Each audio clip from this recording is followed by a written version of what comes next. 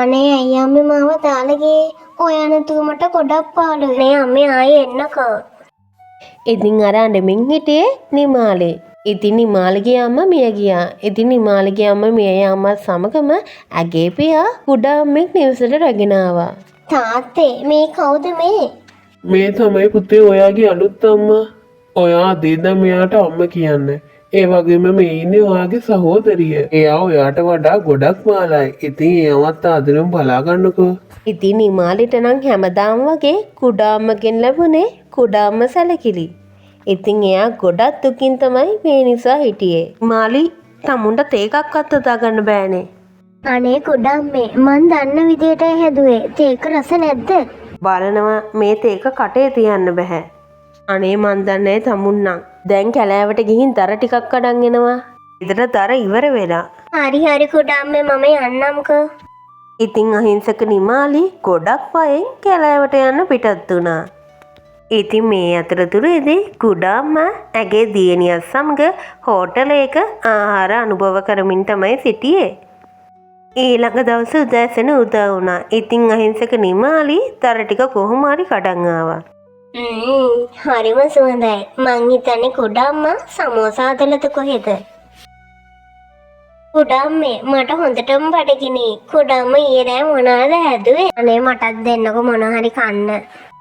ඊයේ රෑ මායිදුවයි තරු පහේ හොටලයකට ගිහිල්ලා කෑවා. ඉතින් ඉතිරි වෙච්ච ටිකක් මං තමුන්ට අරන් ආවා. අන්න දැම්මම ගිහින් කනවා. නැත්තම් ඒවන් නරක් වෙයි. ඉතින් මේ ගැන අහලා නිමාලිට නම් ගොඩක් දුක හිතුණා. අනේ අම්මේ ඔයා නැති හින්දා නෙමේ හැම දුකක්ම. අනේ ඔයාත් ඉන්නවනම් මට මේ වගේ දුක දැනෙන්නේ නෑනේ අම්මේ. ඇයි අම්මේ මාව වේලාසනින්ම තාලා ගියේ ඔයා? ඉතින් ගෙදර හැම වැඩක්ම කරේ නිමාලිගේ අතින්.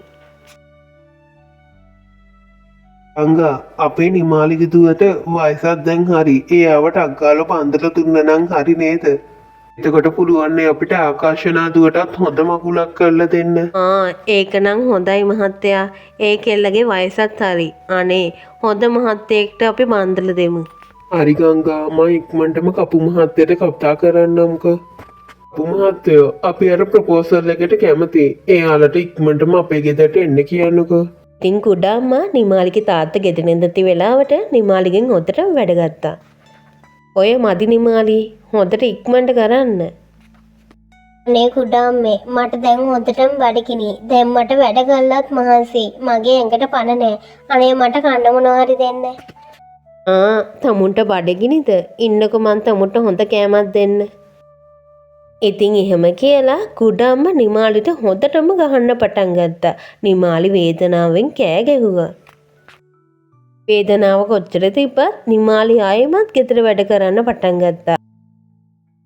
ගෙදර වැඩ ඉවර වෙලා යාළුවෙක් කැලෑවට ගියා දර එකතු කරන්න. ඉතින් මේ විදියට දර එකතු කරනකොට හදිසියෙම නිමාලිගෙන් කිල්ලත් කැපෙන්න පටන් ගත්තා.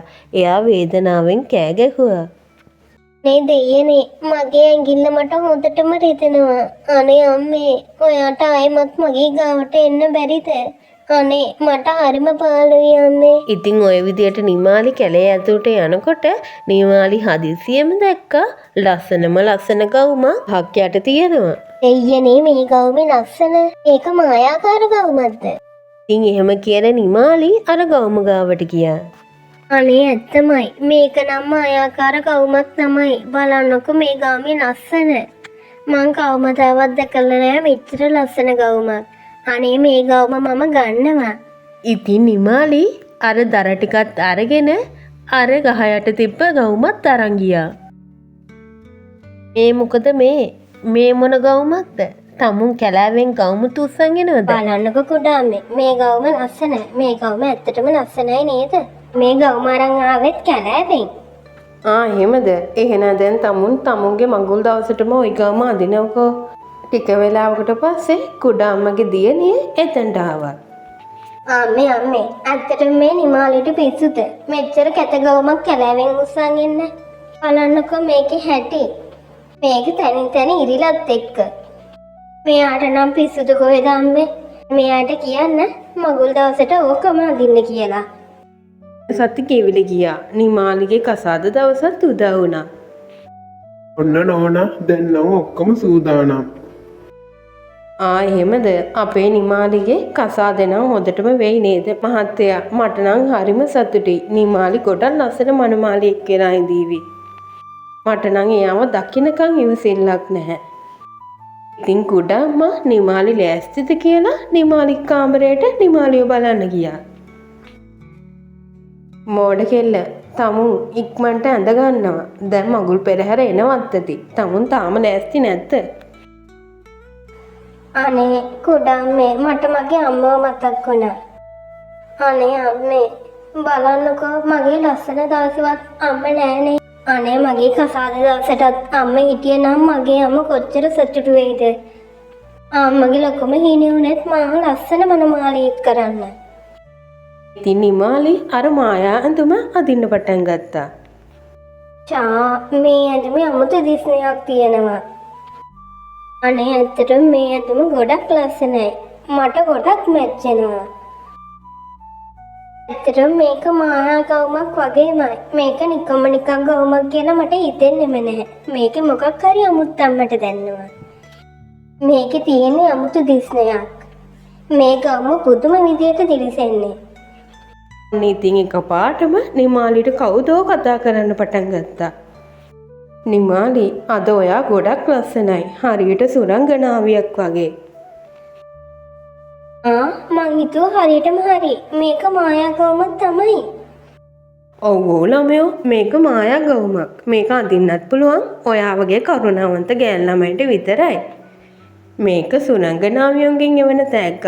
ඉතින් ඔයාට පුළුවන් මේ ගවුම ඇඳගෙන ඕනම ප්‍රාර්ථනාවක් කරන්න. ඉතින් ඒ ප්‍රාර්ථනාව ඒ වගේම ඉෂ්ට කරන්න පුළුවන්. තමයි දරුවා මේ ගවුමේ විශේෂත්වය. ඉතින් ඔයාට පුළුවන් ඕන ප්‍රාර්ථනාවක් මේ ගවුම ඇඳන් කරන්න. කාලය කෙමින් ගෙවිලි ගියා. ඉතින් නිමාලිගේ විවාහය ගොඩක් සාර්ථකව සිදු වුණා. ඉතින් නිමාලිටත් එයාගේ තාත්තටත් ගොඩක් සතුටුයි. ඉතින් නිමාලිට ගොඩක් හොඳ සැමියෙක් හම්බුණා. කාලය ගෙවිල ගියා. ඉතින් ඔන්න ආකාශනාගේ විවාහය දවසත් උදා වුණා. අයියෝ මේ මොකද මේ අපි ඔයාලගෙන් ඉල්ලුවා ලක්ෂ 5ක්වත් ඔයාලා අපිට කීයද දුන්නේ අනික අපි ඔයාලගෙන් වාහනයකුත් ඉල්ලුවා ඔයාලට ඒ වගේ දෑවැත්තක් දෙන්න බැරි නම් අපේ පවුලට සම්බන්ධ වෙන්න එපා තමා වෙන්න අපිට ඔයාලව පොඩ්ඩක්වත් ගැලපෙන්නේ නැහැ ඔයාගේ දුවව වෙන කාට හරි කසාද බඳන්න අපි අපේ පුතාව හොඳ කෙනෙක්ට බඳලා දෙන්නම් අනේ මහත්තයෝ එහෙම කරන්න එපා. මගේ දරුවා පව්.